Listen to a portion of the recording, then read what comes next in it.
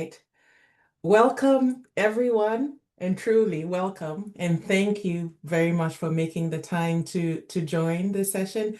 This is our second to last session. We are focusing on the CV part of our TAP CV framework for health literacy tips. Today, we have a lot of material to cover. We are going to, let me go through the agenda as usual. We'll start with the learning goals. But today we're doing two of the, so see the culture and trauma-informed care as well as validating patient support needs, and which is very intertwined with culture and trauma-informed care. So we'll do a quick refresher of what we mean by the CV and TAP CV. And then I'll share some research evidence on the importance of culture and trauma-informed care. This is not at all hand-wavy or nice to have. Trust, which comes from being trauma-informed or sensitive, is a health equity issue and has real implications. We're going to talk about that. And then we will go to what can we actually do? So the best practices in these areas. And as usual, please do feel free, raise your hand. Again, we're trying to recreate a cold fluorescent lit conference room where we can have a discussion. Okay. So let's dig in. So our learning goals for today is explaining why cultural sensitivity and trauma-informed approaches are critical. As I said, these are not just mere nice to haves, right? They are, it's a health equity issue to have these in place, and discuss the impact when it's not in place. And the meat of the time will be spent on practical tips to promote trust and safety and have this cultural sensitivity and trauma-aware care. Okay. So this is just a look ahead to next week. I always want to remind you that these training sessions, I'm going to talk a lot at you. Please bear with me. We're just trying to get through the content. Next week, we are going to focus on reflecting on these interactions, and then actually practice some of these approaches, right? But next week also would be our final session in this series. So we'll take a little bit of time to celebrate your journey, and I am going to miss spending time with you guys on this.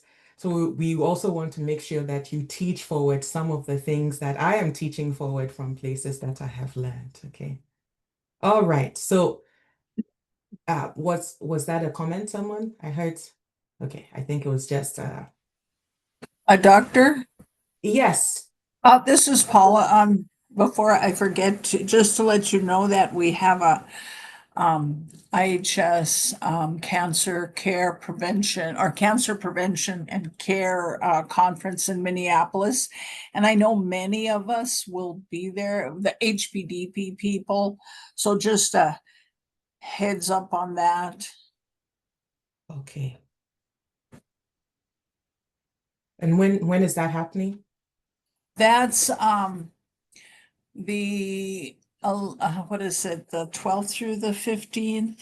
Okay. I know I'll be traveling on the 11th, but I was, Okay. I'll try to set something up to take in that your last training. Okay. All right. And we will have the recording as usual, but thank you very much. Okay. It's very helpful to know so I can adjust the time. Yeah. Okay. All right. So digging in on our top CV refresher, I always want to remind us where this mnemonic is coming from. It is founded in the AHRQ principles. All it is taking all of these information and pulling out some tactical things that we can remember and do.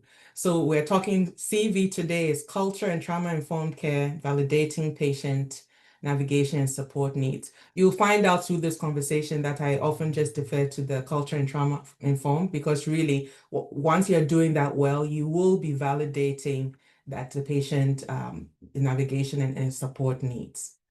So C is for culture and trauma informed care. We will talk at length about what this is and what it actually looks like, what we can do. But really, it's about being respectful and aware, right? Especially for AIA and communities, acknowledging historical and frankly, contemporary trauma that is happening and not being dismissive about people's fears and worries. Okay. And then the B is for validating the needs that patients have to just get through the system. We'll find out shortly when we talk more about how, because of people's experiences, they actually are very hesitant about getting into the system. And once you get into sorry, by system, I mean the healthcare system. Once you get in there, it's complex. What services are you eligible for? So it's about making sure that people understand that when you're confused about what to do, it doesn't mean that you are not smart or there's something wrong with you. It really is as complex as it is. So that's just a reminder of where the CV is coming from that we are talking about. So now let's dig into what this actually means. I would like to request that we start with a grounding exercise. One of the important messages I wanted to share. And I think you guys might already be believers of this, but because seeing as you are in this training, for instance, but culture and trauma-informed care is not a nice to have, right? It's critical to actual care outcomes. So let's start by grounding ourselves. Let's take 2 minutes or 3 minutes. Our goal is to connect personally. Think about a time where you or someone you care about didn't feel understood, respected, or safe in a healthcare setting, right? So we want to just reflect on what this actually can mean. Then the questions to ask yourself: what did it change? How did it make you feel? What did it make you do differently or not do? What happened next? And when you are ready, you can share in the chat or you can just get off mute. You don't actually need to use a raise your hand function and let's talk about it. So let's just take a minute to think on this and then please do feel free to share.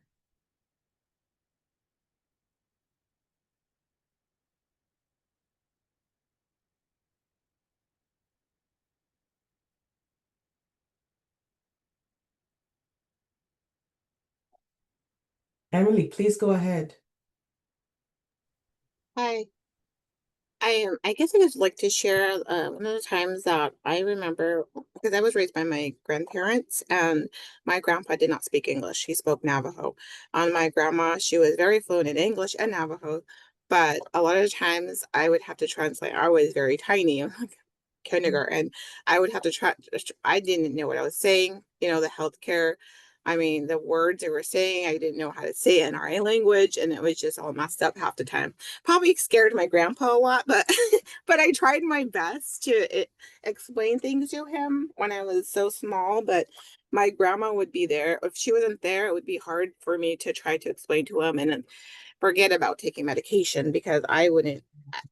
It was difficult for me to explain to my grandpa, like, you have to take this in the morning because of this and this. And so it was really helpful. My grandmother was there to always try to help. And that was a real life experience for me growing up. And it was kind of a normal thing to not have someone there to explain, like a professional explain to him.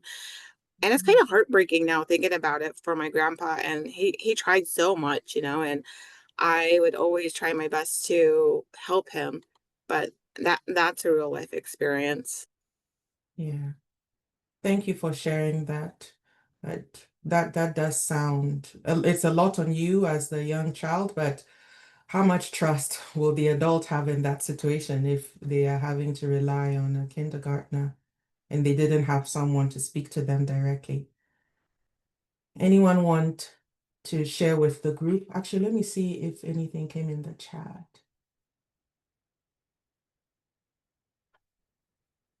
I have an experience that I can share with the group. My sister is, I mean, obviously she's Black as like I am. She's a single mother by choice. But I went with her. She had told me that her OB was disrespectful. But I have to say, had I not experienced what happened in that meeting, I would not have believed it to the extent it was. So I went with her to one of her final OB visits, and the OB was really rude. I think she somehow noticed that my sister always came on her own, and she judged her for being a single mother and would dismiss everything she said. She would hurt her while she was examining her. And because of that, I had told my sister pretty much ignore everything this lady says, right? And having been in healthcare myself, I went and I asked for, I said, if this is the lady who's on call when it's time for you to deliver, we're not delivering. Hold the baby in. But it really made this whole situation so much more stressful, right? So this is something that happens a lot to uh, mainly people of the minority groups, but it happens across all races. No one wants to be in a situation where they are feeling like they can't trust their provider. Does anyone else want to share? Or now we understand that this is not just a nice to have, it's important, right?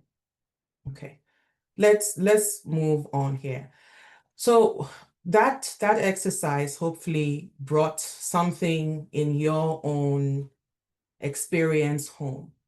But the data shows also that there's very widespread mistrust of healthcare in AIA and communities. And these are for very valid reasons, past as well as present injustices.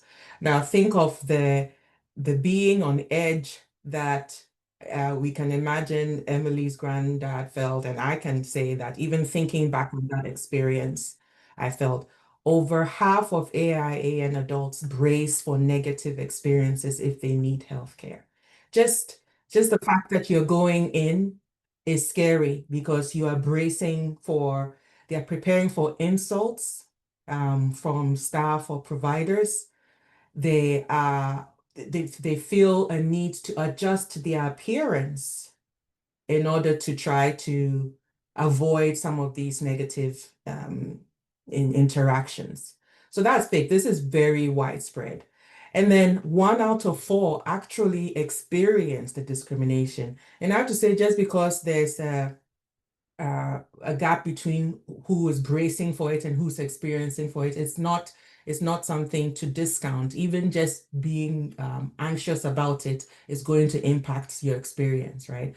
But the form of the discrimination is they are not listened to, not believed, judged unfairly, they believe, right? So this is very real, and coming up with practical ways in which to resolve some of this mistrust is critical.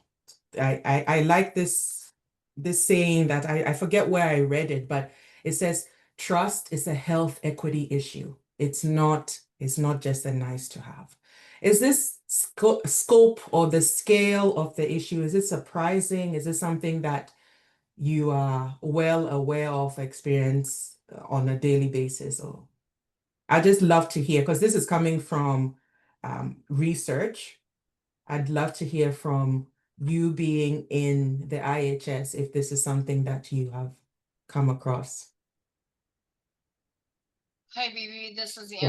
Anna. I joined late, but yeah, thank you for highlighting this because I'm in the midst of doing a cancer navigation training, and I think that for a lot of marginalized populations, these things are true, not just in the AIAN population, but several marginalized, vulnerable populations, um, and so yeah, I'm I'm happy to report that so much I've been learning this year is all dovetailing into itself. You know, this health literacy, social drivers of health, and then my navigation training that I've been working on. And so it's really great to see that you know, everybody is coming together and understanding that these are the very real barriers that we face, and that Right. any assistance that we lend to folks to help reduce these barriers, increase their trust of us, reduce their fear,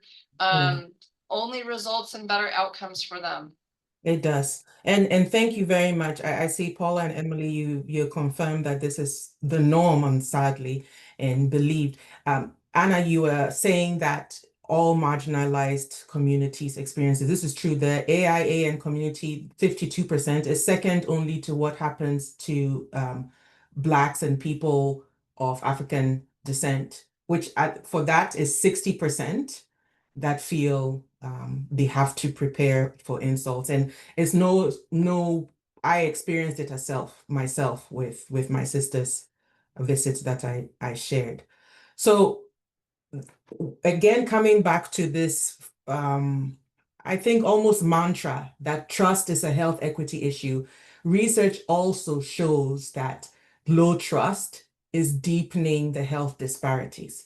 What happens from discrimination, poor communication is that you don't want to go. Why would you go in to feel that you are going to be attacked, right? So, and Emily just made a point in the chat about the AI population very underrepresented in research. That is true. When I was looking for research to back what I knew, there were few papers. Fortunately, the Kaiser Family Foundation had some specific AIA and experience data, right?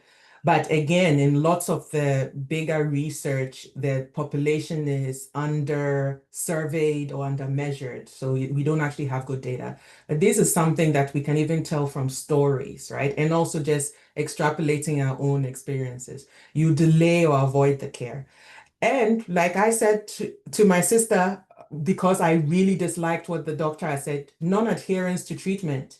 In a way, it can be almost you hurting yourself, but you feel almost justified because if the person who has shared the information with you has been so unkind and callous, it is, yeah, you don't adhere. And then what happens? Our bodies being bodies at some point may need care. So it results in emergency instead of preventative care. And unsurprisingly, all of these three things are observed in the AIA and communities who have experienced this discrimination and continue to experience it. And it drives the health disparities. So another survey which actually focused on AIA and adults um, reported only let's say less than a fifth of AIA and adults say they are either in very good or excellent health.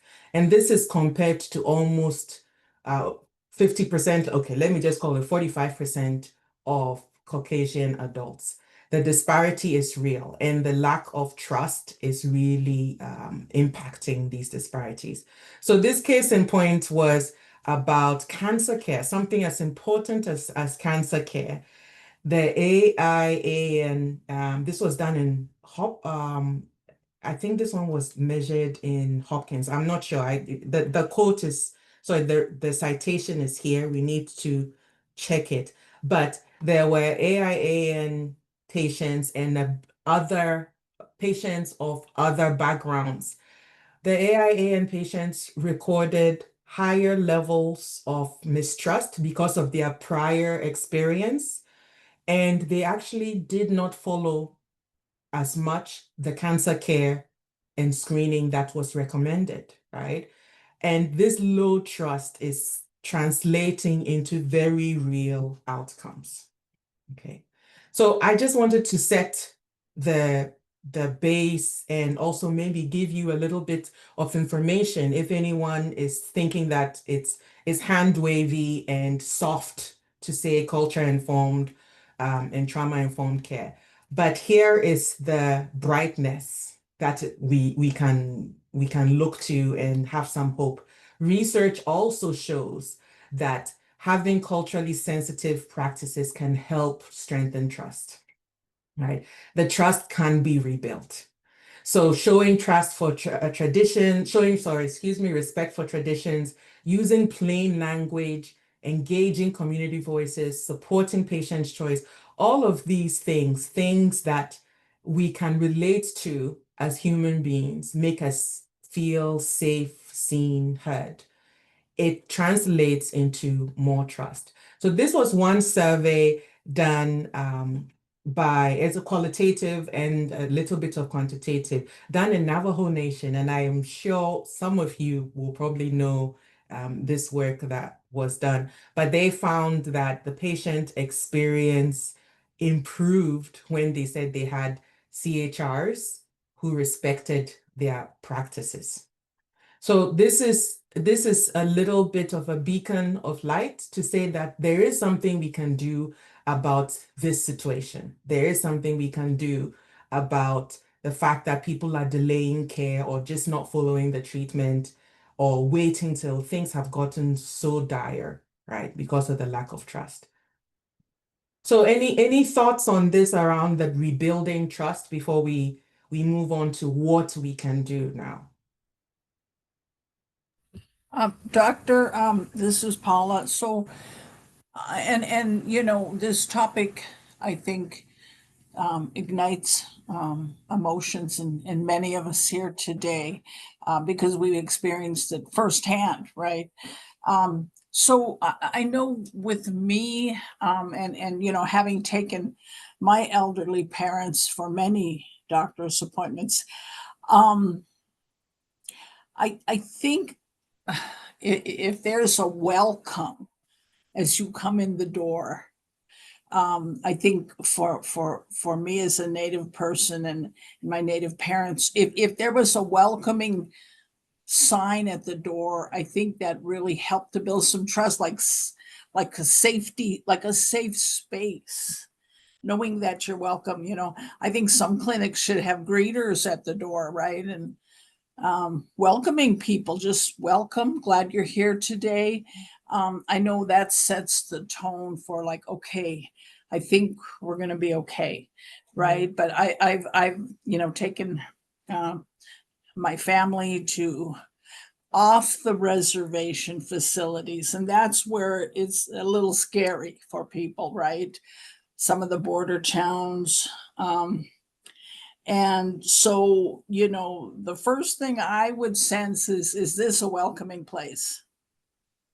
And Right? Is it you a safe space? And all it takes is maybe a smile from the people registering or the nurse. I mean, that makes a lot of difference. Just welcome. I'm glad you're here. How are you? Those kind of initial things that indicate that you're in a safe space. And I know that helps for trust, and then wanting to go back to that facility. I don't know. I just wanted to throw that in there. Oh, thank you so much. And your gut and intuition is spot on, Dr. Paula, because the framework that we're going to use, the first is safety.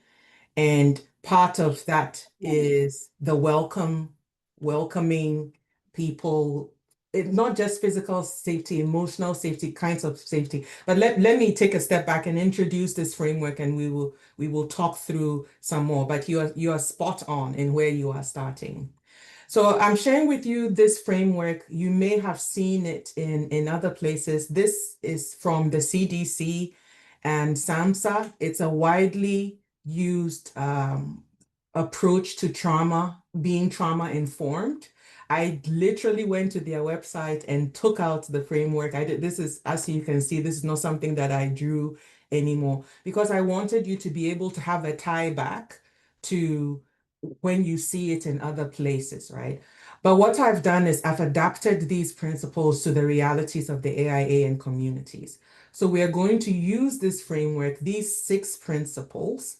I won't read them off over here. You can look at them and we'll talk about each of them. But we're going to talk about how to adapt each of these principles within the AIAN context, okay? So just like we have the TAP CV coming from AHRQ, know that this trauma-informed approach is coming from CDC and SAMHSA. So let's talk to each. And Dr. Paula, as you said, the first step is safety. I liked this, safety is sacred. It begins the process of any healing and trust. And when we talk about safety, there's different branches of the safety. The physical safety is important, being intentional about creating physical security. So using a space that feels secure, feels familiar, arranged in a familiar way, right? Being welcoming, like you were saying, Dr. Paula, and the emotional safety. Oh, that's this, the showing up with warmth. There's even dynamics that you may not appreciate until you are on the lower end of the receiving that power dynamic. Being at eye level when you are speaking to someone, right? One thing I know that when I was having conversations with my toddler, someone had said, come down to their level, connected. It's apparently is the case for us even when we grow. Avoiding splitting your attention.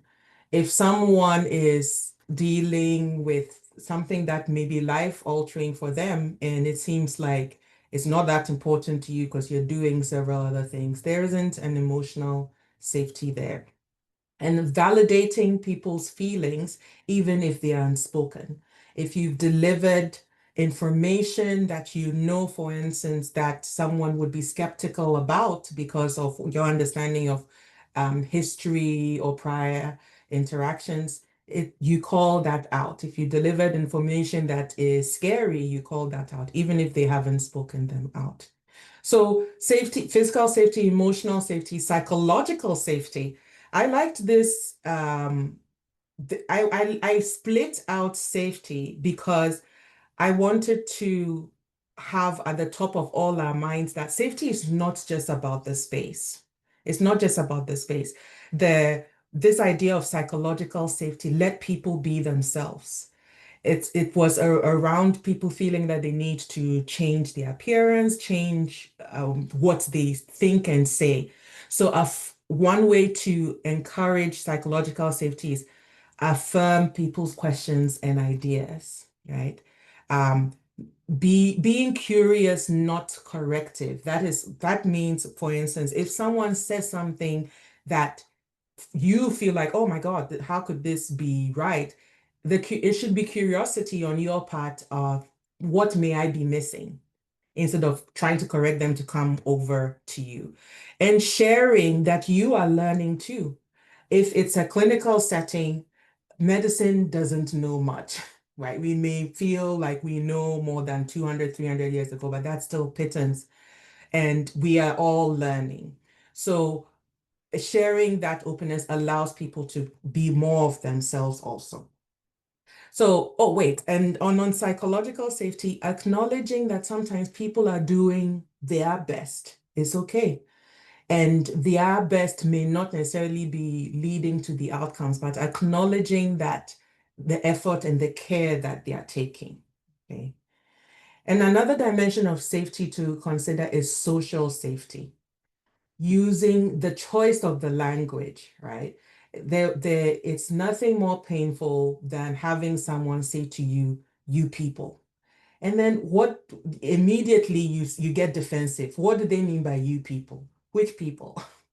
Right? So using language like we and us when it's a shared goal or challenge. You also want to be careful that you don't try to appropriate experiences that there's no way that you could have had, right? This is where the term like mansplaining comes from. It's when people try to do that. But there's a thin bridge between fostering a sense of belonging and also seeming like you have experienced something that you couldn't have done. So we have to be careful about that. But you also want to give people a chance to give back. we all feel valued when we've added, right? So creating opportunities for people not always to be receiving help, but also giving help. So for instance, if there's a way to have some peer-to-peer check-ins, that would be a way of increasing social safety. And then being mindful to be inclusive.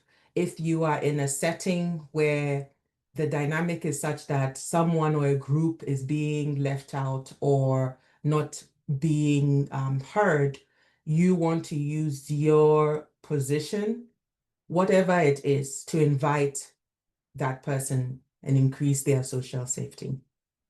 And then this final dimension of safety, moral safety, is where you do have shared values. We call them out. And some of these values are almost universal. We all value respect, we value collaboration, humility. You want to also be authentic, right? So where there are differences, you don't pretend that they are shared values. In fact, this is what this third point is. Differing opinions are welcome. You have to be respectful though, right? But where there are shared values, call them out.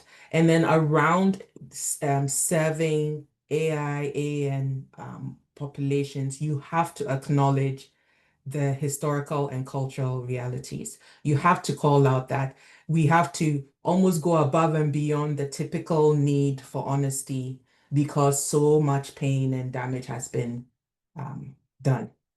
Okay. So this is all around safety. I think the goal is for you to take in some of these dimensions and then think about how in your own interactions you are able to increase that dimension of safety for those you are dealing with. And actually, in your interactions also, expect and request those dimensions of safety. In some cases, demand those dimensions of safety in those settings that you find yourself. All right. So the second principle is about trustworthiness and transparency. At the highest level, trust is earned when you are consistent, you're respectful, you are clear. So in terms of practical tips on how to increase trustworthiness and transparency, the very first thing is be clear and honest. Be clear and honest. And we've gone through a whole session about using plain language, being honest about answering questions. I don't know, but I'll find out is more honest than making something that maybe down the line finds that it wasn't right. And then you want as much as possible to bring whatever it is you're explaining to the level that everyone can understand, not just you who is in a very specialized area, right? You may be studying or doing something all the time, but understand that we need to be clear to explain it in simple enough terms. And that's not because we think the recipient is not smart. It's just that if you don't do it all the time, it's not top of mind for you. Okay. The other, I would say, big pillar of trustworthiness and transparency is show up with consistency and integrity. Do what you say you will do, say what you do, and be clear about your role and the limits. I think, promises that are broken are in a way worse than silent expectations that no one said, right? So especially being aware that Native and Indigenous people have had so many of these promises, you don't want to actually broken. You don't want to, at your level, do that because that then just builds into the anticipation and expectations, which eats away at trust. And if there are some decisions that are really out of your hand, it's actually more helpful to explain that situation, explain how decisions are made that you don't control, and keep the communication in a way that feedback is natural to give. and expected, and you show receptiveness to that feedback. So I'm speaking in general terms here because I know you come from a background of contexts, and there may be clinical or community conversations, you're having a health promotion conversations or conversations with even other staff. But these principles are, they stand almost regardless of the context, right?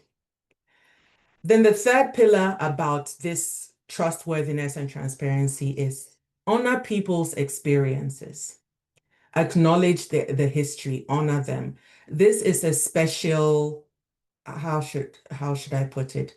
It's a special group that has been especially traumatized. So the trauma and mistrust is there, and ignoring that community members are carrying it is not going to get you anywhere. Um, you may have heard that in places where there's been atrocities, the forgiveness often starts with truth and reconciliation committees and discussions. Not that we are doing this at a large level, but think of it at even the personal or the organizational level. We need to talk about what is there in any case so that it can be addressed. And making space for people's feelings, different lived experiences is important because it's there. And if you don't address it, you are not getting very far with building that trust. And that also then leads into um, being clear that you take every concern with some amount of seriousness. Don't minimize concerns. And when you think about this, even in daily relationships, we can see times where because you haven't had the experience, you may not put as much credence to a concern someone has. But it's very important as part of building that trustworthiness and transparency to at least acknowledge or ask questions about the concern. Okay. So let me pause here. We've talked about safety and trust. Dr. Paula went to safety even just from gut. Trust also follows. Are any of these pointers or tips something that you find may not be relevant in your area or particularly relevant in your area? I'd love to hear any thoughts you have on these.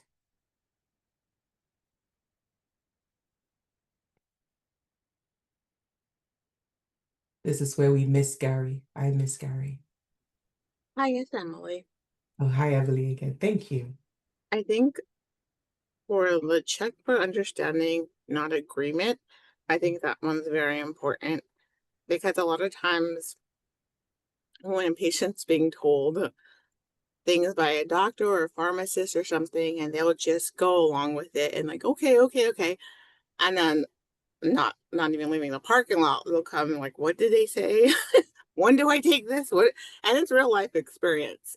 So Yeah. that one, I think that one's a big one. They'll just agree. Sometimes they'll agree just because they're uncomfortable. They want to be there. They don't like to ask questions. They don't want to disappoint you, right? This is what the whole teach back was about, also to check for this understanding. Yeah. Okay. Now, the third principle is using, oh, Anna, please come off muting. Yeah, sorry. I just wanted to say that this doesn't just apply with our patients. I think a lot of time it's our colleagues too. And as we grow and apply this with our patient population, I think we need to realize that also a fair number of our colleagues need these things as well, especially for the psychological safety while at work and in dealing with each other. And so it's broadly applicable is just my point. Thank you for pointing that out. Yes. And really, these 6 principles, they have been applied in emergency situations in within organizations, within responses to man-made or natural tragedies. So it does apply broadly. Yeah. All right. So with trying further to adapt it to speaking with Indigenous and AIAN communities, peer support, what does that mean? I pulled out four dimensions for you to think about. And let's talk at that level here. The first is model the spirit of peer support. You may not have the same background. You may not even be from the same tribe to the person that you're speaking with, but you can model that spirit in showing warmth, humility, non-judgment, right? Listening more than you speak and offering just don't pressure if you don't understand something. Even if you understand it, don't pressure. So I liked very much this idea of being able to be a peer in spirit, even if you are not a peer in experience, and there being um, some some attributes that you can always bring to play. You can't go wrong with humility, warmth, and non-judgment. Right? When it comes to peer support, we also need to honor people's support preferences. So, Emily, it's really hard to hear what happened with your grandparents, but you need to give people one of the ways of being sensitive and supportive is to matching people with the language resources that they need. Providing information in the language that they understand and can ask questions in, right? Another way of honoring the support preference is asking if they would like to speak to someone who's gone through a similar experience. You can't assume that they would. So that's what this third one is. Respect it when someone doesn't want to do that and is not ready to connect. So it goes both ways, offering a peer or someone or some groups with shared experience, as well as respecting if they are not ready to deal with that. Again, in the spirit of peer support is lift up lived experience, even if it is not yours, finding and offering stories or resources. It gives a lot of hope when you hear people have walked that path before you and have made it, especially if you feel like you're stumbling the whole way and there's no hope, right? We need to be sensitive that it's culturally relevant peer examples from the community, from local programs. Otherwise, it's not really a peer example and it may do no help at all, or in fact do damage, right? If you are talking to someone with an entirely, or if you share a story of someone where everything is different about the story, okay? And around linking people to resources to sometimes it is in your power or in your position to refer people to peer-led programs or the peer connections that they do need. And this may come through sometimes very informal ways, just ways in which that people have a chance to form the connections that they want for themselves. All right. Okay. So let's push forward for the fourth principle, collaboration. And I think this one is think about the fact that we want people to feel a part of whatever solution that they are being presented with, that they are sharing in the work, that they are sharing in the results, right? No one likes to feel entirely helpless in any situation. So the 3 pillars here again to call out, use language that signals partnership, right? So we've already talked about like the we, us, our plan, instead of saying like you need to, you must, you should, okay? And because it really is a partnership between if it's a clinical setting, the provider and the patient. So things like, let's figure it out. Here's what we can work on. And then the mutual support and interactions. This is related to creating a way for people to give back, sharing in the work. So create a way that honors reciprocity. If you are sharing stories with them, have them share something back with you. Acknowledge whatever it is that they're bringing to the community or the relationship. I can't imagine a situation in which someone is bringing absolutely nothing, right? So whatever it is, celebrate those contributions. And then finally, within this context of being sure you're building with and not for, and keeping someone entirely in the receive situation, we have to be aware of dynamics that can re-traumatize, right? Anything that suggests like, well, you did this to yourself because you didn't come in time, right? Why would you have waited so long and things like that? That assigning blame is fruitless and often actually unjust, because when you look back, people have reasons for whatever it is that they've done, or whatever it is has kept them from doing the thing that would have helped them, right?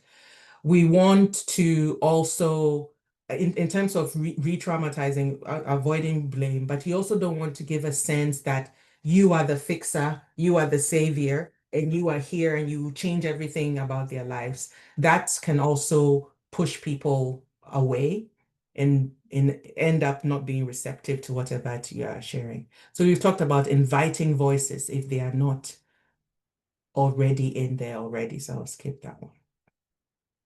And please stay with me. We have two more, and then we can talk about the key takeaway. Oh, I love this one. Well, I love all of them, but really this one, the empowerment, voice, and choice. And as a mom, and if any of you are parents, you know what difference it makes when you offer two options and someone feels like they can choose something, right? So on this empowerment, voice, and choice, the first is take a strengths-based approach. Everyone, with all the difficulties and the challenges, there is something. There are coping tools. There's some resilience. So ask what has worked for you in the past, for instance, something that they have been able to do. Strength-based approach is not about sugarcoating the fact that there are some challenges and frankly, areas that someone is deficient in. Is calling out what it is that they have, this whatever they are bringing, so that they feel there's some hope, there's something that they can do. So I love the idea of taking this strengths-based approach in. If you think of whatever relationship or situation you're in, what is this other person or this other group bringing, and call those out, it can lead you to actually talk about areas that need to be improved without making them feel put down. Right? So then this is the other thing is, let me go to C, which is about supporting choice, the creating the space for expression. We covered a lot of that when we talked about adapting language and teach back. So I'll leave you to look at that in details. But supporting choice and shared decision making. This is super critical, because if people feel like they've had some control in the path forward, they are more likely to follow that path. So offer options, even if they are very limited. Instead of being prescriptive, ask about how they would want to do something, the order in which they'd want to do. And it's not about just giving people a fake control. It's about really creating as a group, co-creating the goals with the person, letting them have a say in the pace and thinking about what their success looked like. Okay. So when it comes to community level things too, it's about bringing the community into actually designing what the community likes. Okay. And then finally, on the framework, the sixth point is respecting cultural, historical, and gender issues. we've talked about this at some length already, but the first thing is acknowledge. Acknowledge the giant elephant in the room. Acknowledge and then also affirm cultural identity and remedies. Do you use any traditional remedies, or what healing practices have been meaningful to you? Reflect the culture, foods, family roles, traditions in what you are proposing, or actually understand the backdrop and don't assume that where you are coming from is the context in which the person you're speaking to is. And then this middle column about identity roles is important because we may find that you're making assumptions, right? Instead of just asking about it, it makes people feel more seen if you are referring to them the way that they want to be referred, or if you are talking about their role in the family in the way that it actually is. Okay. So especially for the native populations, being sensitive about gender, generation, and community status is important, especially when you're dealing with community level interventions or community level work. And you know this better than me, being that you're doing this daily in your work. And then this final pillar here, honor past experience and trauma. I think we've said this, but in short, name the mistrust without defensiveness, right? In any case, you should be very confident that you are being part of the solution by, for instance, thinking about these issues. So don't be defensive about it. Name it, and then address it. Okay. I like this point about silence can still hold meaning. So this is where we've talked about already that talk about feelings that you know may be there, even if they are unsaid. Okay. This is a lot of material under this framework. You do not need to memorize it at all, but at least I found it a helpful framework in which to think about within AIA and communities. What does peer support mean, for instance, or what does trusting and giving, sorry, what does building trust by giving people empowerment, voice, and choice mean? So you have this material, you can refer to it. So we are Oh, good. We are just 5 minutes from the end of our time. We can talk about some key takeaways. I would love to hear any thoughts that you have on this also. So first takeaway, the community, AIA and communities, they hold deep mistrust of the health system. And we need to understand that. There's historical trauma, ongoing discrimination. Many adults hold deep mistrust. You saw the numbers, over half are preparing themselves, bracing themselves, tensing up for any health interaction. A quarter are actually reporting having been discriminated against, right? And these are recent numbers. But more than it just making people very uncomfortable, the mistrust is actually driving health outcomes and deepening the disparities. And that's primarily because people will not seek, or they will delay care, right? Who wants to go into a place that doesn't feel safe? Or even if they do, they're not going to follow through on what has been said because of all it was packaged in. And then that results often in emergency care or care after, they say a stitch in time saves nine, right? Care after things have just gone so far down the path that it's really difficult to treat. The good news, though, is that trust can be rebuilt through intentional practice. And this is where you have to be thoughtful and follow some of these guiding principles that we've talked about. The good thing is that research shows that it's possible also, right? If providers, health workers are taking steps, they can rebuild trust. But it takes time. I think that's one thing that I haven't highlighted enough. It takes time. Just because you are going in there with all the resources and all the principles, you have to be patient because the trust was also eaten away in a long time. It's going to take time to rebuild it, right? And then the final takeaway is this CDC framework offering us these practical guidance, which we've talked about in a way that's adapted to the AIA and community. Safety was the foundation, being trustworthy, coming with genuine openness and transparency, offering peer support or support in a way that it's not mimicking, modeling the spirit of peer support, and then giving people a chance to be a part of their healing through this collaboration and empowerment, voice, and choice. And as always, acknowledging and respecting the cultural and the historical